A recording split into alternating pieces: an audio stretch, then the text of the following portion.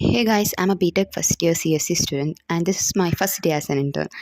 If you are a aspiring CSC student who is going to join college, this video is for you. ഞാൻ എൻ്റെ 4 മാസത്തെ vacation ആകെ കൂടി ഞാൻ പ്രൊഡക്റ്റീവായിട്ട് ചെയ്തത് പൈത്തൺ പഠിക്കാനായിരുന്നു. 9th തൊട്ട് 12th വരെ പൈത്തൺ പഠിച്ചിട്ടുണ്ടെങ്കിലും it was very basic level. അപ്പോൾ ഞാൻ ആ 4 മാസം വെക്കേഷൻ ഉണ്ടായിട്ടും ഞാൻ ആകെ പൈത്തൺ എൻ്റെ ബേസിക് ലെവൽ ടു ഇൻ്റർമീഡിയറ്റ് ലെവലോട്ട് എത്തിക്കുക മാത്രമേ ചെയ്തത്.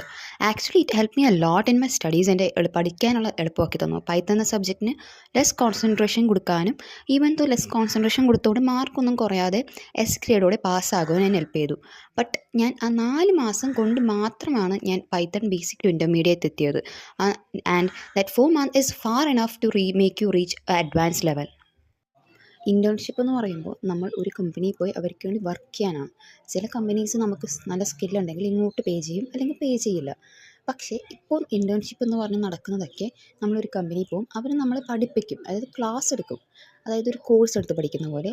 Instead of getting course certificate നമുക്ക് ഇൻറ്റേൺഷിപ്പ് സർട്ടിഫിക്കറ്റ് ആയിരിക്കും പ്രൊവൈഡ് ചെയ്യുക. ആ 4 മാസം ഞാൻ ഇപ്പോൾ യൂട്ടിലൈസ് ചെയ്തിട്ടുണ്ടായിരുന്നെങ്കിൽ എനിക്കൊരു പെയ്ഡ് ഇൻറ്റേൺഷിപ്പ് ചെയ്യേണ്ട ആവശ്യം വരില്ലായിരുന്നു.